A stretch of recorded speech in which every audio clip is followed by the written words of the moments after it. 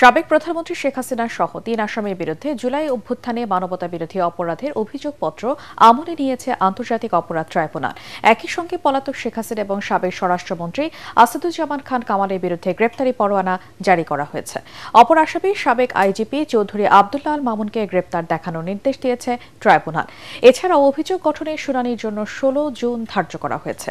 দেশের ইতিহাসে এই প্রথম পুরো বিচার এজলাস থেকে সরাসরি সম্প্রচার করা হয়। ইমদাদুল্লাহ বাবুর রিপোর্ট। আওয়ামী লীগ সরকারের ১৫ বছর ধরে চালানো অন্যায় ও অবিচারের বিরুদ্ধে জুলাই অভ্যুত্থান চলাকালে বিপ্লবী জনতাকে দমাতে চরম শক্তি প্রদর্শন করে আইন শৃঙ্খলা রক্ষাকারী বাহিনী। ব্যবহার করা হয় মারণাস্ত্র। আন্দোলনকারীদের নিশ্চিহ্ন করতে সরাসরি নির্দেশ দেন তৎকালীন প্রধানমন্ত্রী শেখ হাসিনা।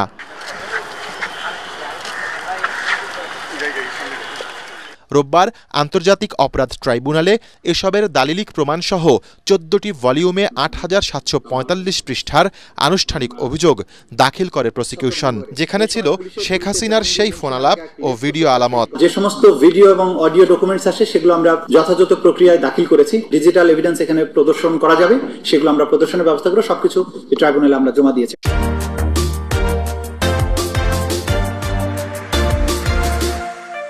শুনানিতে প্রসিকিউশন আদালতকে জানায়, ওবায়দুল কাদের, আনিসুল হক, আসাদুজ্জামান খান কামাল এবং সালমান এফ রহমান এই গ্যাং অফ ফোরের পরিকল্পনায় চলে গুম, খুন, নির্যাতন ও ধরপাকড়।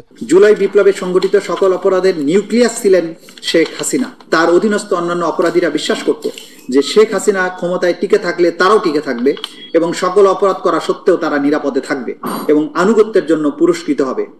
শেখ হাসিনা ছিলেন সকল অপরাধীর প্রাণভোমরা। ট্রাইব্যুনালের জনাকীর্ণ এজলাসে হত্যা ও মানবতা বিরোধী অপরাধের ৫টি অভিযোগ আনে প্রসিকিউশন।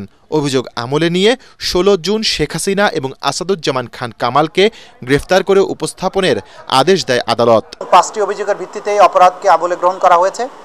আমরা বিস্তারিত তথ্য প্রমাণাদি আদালতে তুলে ধরেছি, যেটা লাইভের মাধ্যমে আপনারা এবং গোটা জাতি এটা শুনেছেন। বিচার কোনো প্রতিশোধের জন্য নয়, এটা হচ্ছে ভবিষ্যতের জন্য একটা প্রতিজ্ঞা এবং আগামী প্রজন্মকে নিরাপদ একটি বাংলাদেশ উপহার দেয়া।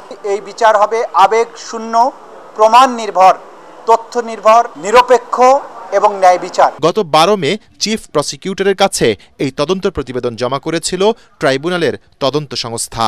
জুলাই গণঅভ্যুত্থানে গণহত্যা এবং মানবতা বিরোধী অপরাধে সাবেক প্রধানমন্ত্রী শেখ হাসিনার বিরুদ্ধে বিচার কাজ শুরু হলো আন্তর্জাতিক অপরাধ ট্রাইব্যুনালে, যা সরাসরি বিশ্ববাসীকে দেখালো রাষ্ট্রীয় সম্প্রচার মাধ্যম বাংলাদেশ টেলিভিশন। এর মাধ্যমে এই বিচারের গ্রহণযোগ্যতা এবং স্বচ্ছতা নিশ্চিত হবে এমনটি মনে করছেন সংশ্লিষ্টরা।